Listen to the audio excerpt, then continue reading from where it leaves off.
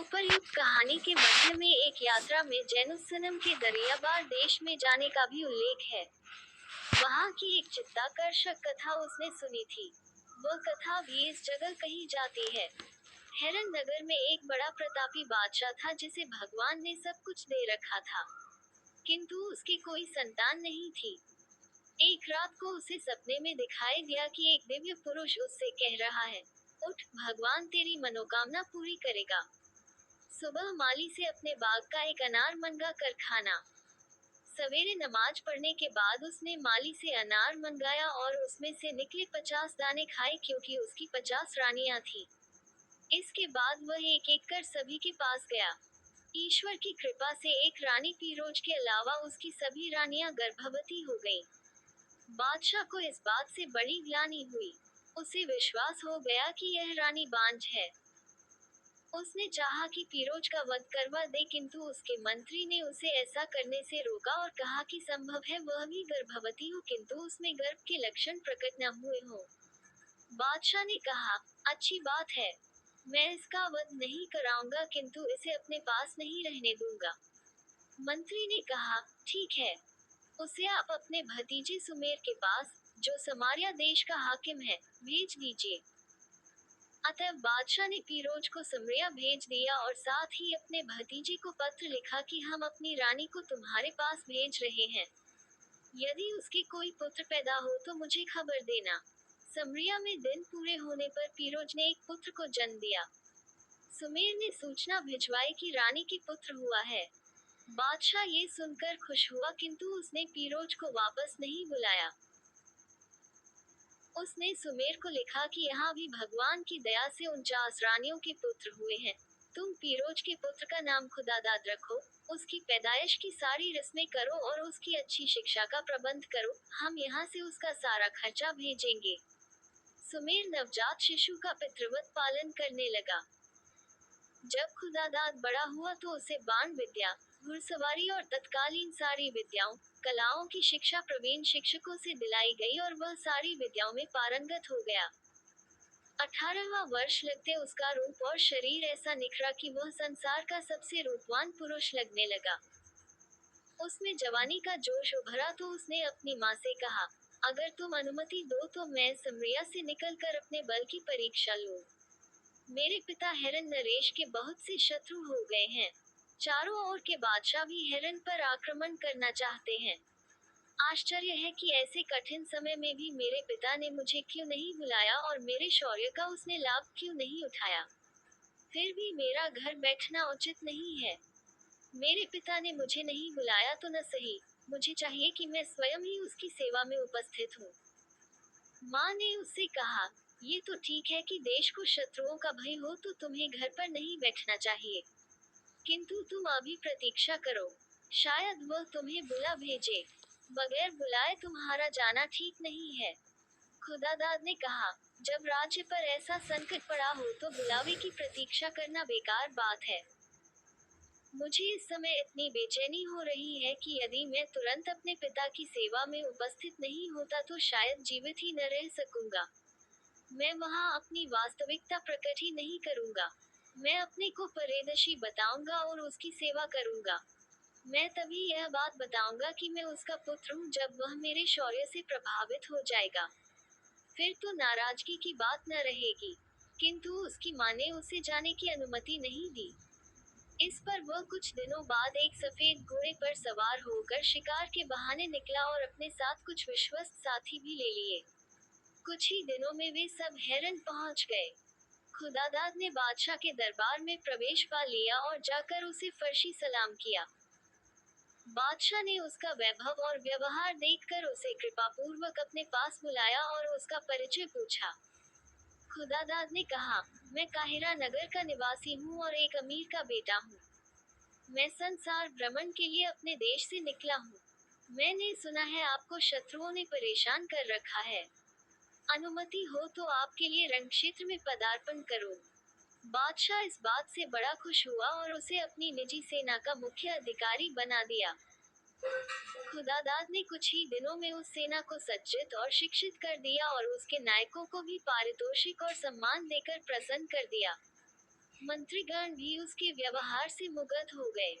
दरबार में उसका सम्मान सारे शहजादों और सरदारों से अधिक होने लगा। उस पर बादशाह की कृपा अधिकाधिक हो गई। उसने सेना का विस्तार और सुप्रबंध किया। ये देखकर राज्य के शत्रुगण भी बगैर ल अपने देशों को खिसक गए। बादशाह ने अपने बेटों के प्रशिक्षण का भार भी खुदादाद पर डाल दिया। यद्यपि वह अपने भाइयों में सबसे छोटा था, तथापि सबका अधिष्ठाता हो गया। इस बात से शहजादे उससे और भी जलने लगे। वे आपस में कहने लगे कि हमारे बूढ़े पिता को जाने क्या हो गया है कि इस परदेशी को इतना चाहने लगा है कि हम सब पर उसका आदेश चलवा दिया है। उन्होंने एक मत से कहा कि यह स्थिति असह्य है। वे सलाह करने लगे कि इस परदेशी का क्या किया जाए। एक ने राय दी कि इसे अकेला पाकर मार डालेंगे। एक अन्य शहजादे ने कहा कि यह ठीक नहीं है। ये बात छुपी न रहेगी और बादशाह हमें कठोरतम दंड देगा। अंत में एक शहजादे की बात सबको पसंद आई। उसकी राय थी कि हम लोग इससे शिकार खेलने की अनुमति लें और इस बहाने निकलकर किसी दूर देश को चले जाएं। इससे हमारे पिता को चिंता होगी और वह खुद ही इसे मरवा डालेगा। इस उपाय पर सारे शहजादे एकमत हो गए और इस योजना को पूरा करने की तैयारी करके लगे। फिर एक दिन उन्होंने खुदादाद से कहा कि हम कल शिकार के लिए जाना चाहते हैं, शाम तक वापस आ जाएंगे। खुदादाद ने अनुमति दे दी। वे लोग तो फिर लौटे ही नहीं। तीसरे दिन बादशाह ने खुदादाद से पूछा कि शहजादे दिखाई नहीं देते, वे कहाँ चले गए। खुदादाद ने कहा, सरकार, ये सेवक स्वयं इस चिंता में है। वे मुझसे शिकार की अनुमति लेकर गए थे। आज तीसरा दिन है, उनका पता नहीं है। बादशाह को भी चिंता हुई। वह रोज खुदादाद से उनका हाल पूछता और वही उत्तर पाता। अंत में एक दिन उसने क्रोध में आकर खुदादाद से कहा, परदेशी, तूने इतना साहस कैसे किया कि शहजादों को शिकार पर भेज दिया और खुद उनके साथ नहीं गया। अब खैरियत इसी में है कि तू खुद उनकी खोज में जा और जहाँ भी मिले उन्हें लेकर आ। तू उन्हें न लाया तो तेरा सिर उतरवा दूंगा। खुदादाद बादशाह के क्रोध से डर गया और कुछ धन लेकर घोड़े पर सवार होकर चला गया। वह नगर नगर और गांव गांव उन्हें तलाश करता रहा, किंतु वे कहीं नहीं मिले। वह अक्सर विलाप किया करता और कहता, मेरे भाइयों, तुम लोग कहाँ हो? तुम किसी दुश्मन के हाथ में तो नहीं पड़ गए? जब तक तुम नहीं मिलते मैं हेरन वापस नहीं जा सकता और तुम्हारा कहीं पता नहीं है। अब उसने बस्तियों को छोड़कर जंगलों में उन्हें ढूंढना शुरू किया। इसी खोज में वह एक गहन वन में जा पहुंचा। उसमें काले पत्थर का एक विशाल भवन बना हुआ था। वह जाकर उस महल के नीचे खड़ा हो गया और ऊपर देखने लगा। काफी ऊंचे पर एक खिड़की खुली और एक अत्यंत सुंदर स्त्री, जिसके बाल बिखरे और वस्त्र मैले और फटे थे, धीरे धीरे कुछ कहने लगी। खुदादाद ने कान लगाकर सुना। वह कह रही थी, ओ मुसाफिर, यहाँ से फौरन भाग जा, नहीं तो इस भवन का स्वामी तेरी दुर्दशा कर डालेगा। वह महाविकराल नरभक्षी हक्षी है। उसके पंजे में फंसा हुआ आदमी बचता नहीं। वह परदेशियों को पकड़ लाता है, उन्हें एक अंधेरे तहखाने में बंद कर देता है, फिर उन्हें एक एक करके भूनकर खाता है। खुदादाद ने पूछा, तुम कौन हो? स्त्री बोली, मैं काहिरा की रहने वाली हूँ। बगदाद जा रही थी। इस वन से निकल रही थी कि यही हबशी आ गया। इसने मेरे सेवकों को मार डाला और मुझे इस जगह बंद कर दिया। वह मुझसे भोग करना चाहता है, किंतु मैं बचती रही हूँ। आज मैंने उसकी बात नहीं मानी तो वह मुझे मार डालेगा। मैं उसका साथ करने से मर जाना पसंद करती हूँ, किंतु तुम क्यों जान देना चाहते हो? तुम भाग जाओ। वह भटके हुए मुसाफिरों को ढूंढने गया है ताकि अपनी खाद्य सामग्री बढ़ाए। वह आता ही होगा। उसकी दृष्टि तीक्ष्ण है, वह बहुत दूर से देख लेता है। तुम चले जाओ। सुंदरी खुदादाद से ये सब कह ही रही थी कि वह राक्षस जैसा मनुष्य आ पहुंचा। वह पर्वताकार लगता था और बहुत ऊंचे तुर्की घोड़े पर बैठा था। उसकी तलवार इतनी भारी थी कि उसके अलावा किसी और से उठ ही नहीं सकती थी और उसकी गदा कई मन की थी। खुदादाद उसे देखकर डर गया और ईश्वर से प्रार्थना करने लगा कि इस राक्षस से बचा। हबशी ने उसे तलवार निकाले देखा, किंतु उसे तुच्छ जानकर अपने हथियार न संभाले, बल्कि चाहता था कि वैसे ही उसे हाथों से पकड़ ले। ये देखकर खुदादाद ने घोड़ा बढ़ाया और उसके घुटने पर एक तलवार की चोट की। घाव खाकर हबशी ने घोर गर्जन किया और अपनी भारी तलवार निकालकर खुदादाद पर चलाई। खुदादाद पैतरा बदल कर बच गया, वरना वही खीरे की तरह कट जाता।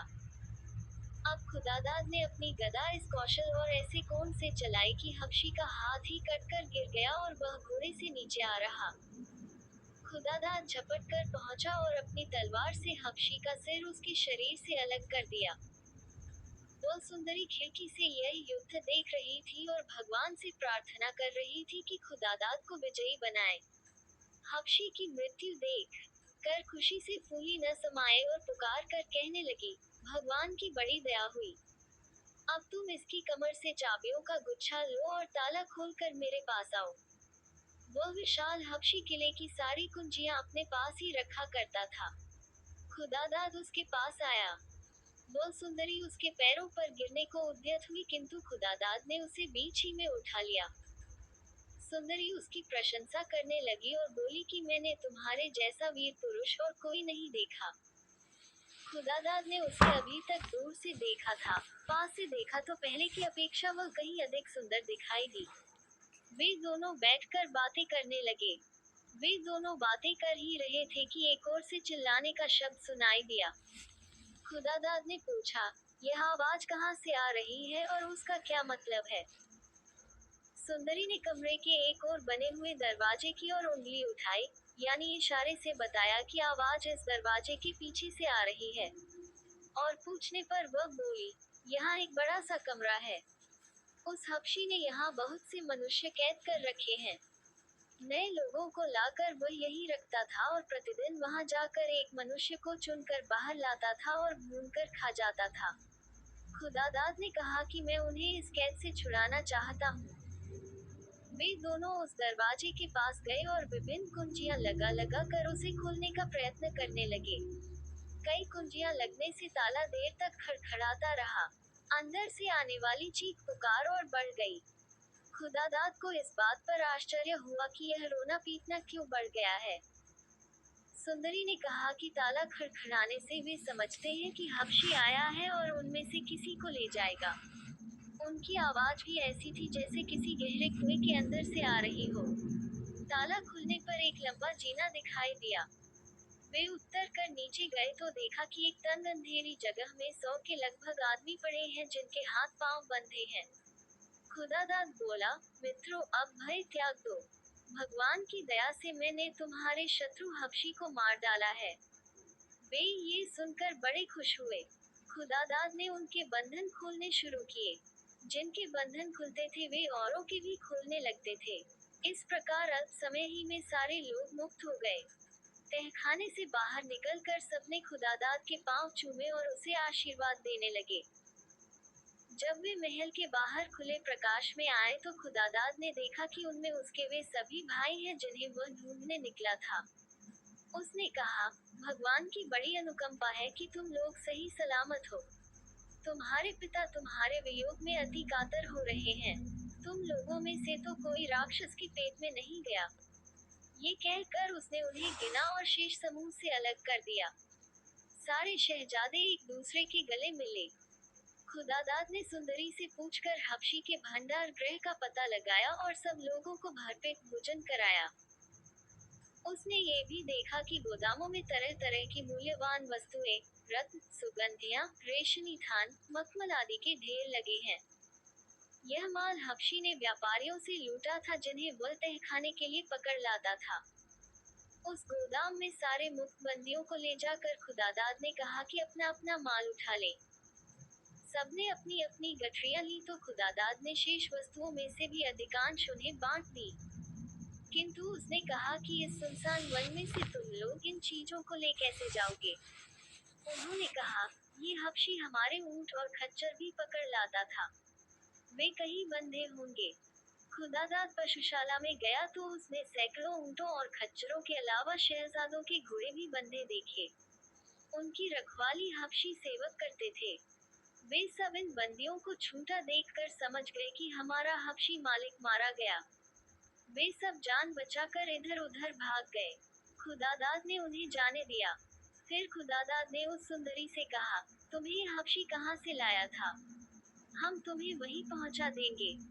ये हेरन के शहजादे तो तुम्हारे देश को जानते ही होंगे, वही तुम्हें पहुंचा देंगे। लड़की बोली, यह मैं पहले ही बता चुकी हूँ कि मैं काहिरा की रहने वाली हूँ। तुमने मेरी जान और इज्जत बचाई, इसके लिए तुम्हारी अति आभारी हूँ। मैं अपना और हाल क्या बताऊं? बस इतना काफी है कि मैं भी एक शहजादी हूँ। एक दुष्ट ने मेरे पिता को मार डाला और उसके देश को लूट लिया। मैं वहां से भागी और यहाँ आकर इस राक्षस जैसे हबशी के हाथ पड़ गई। इस पर खुदादाद तथा अन्य शहजादों ने जोर दिया तो वह अपना विस्तृत वृतांत इस प्रकार बताने लगी।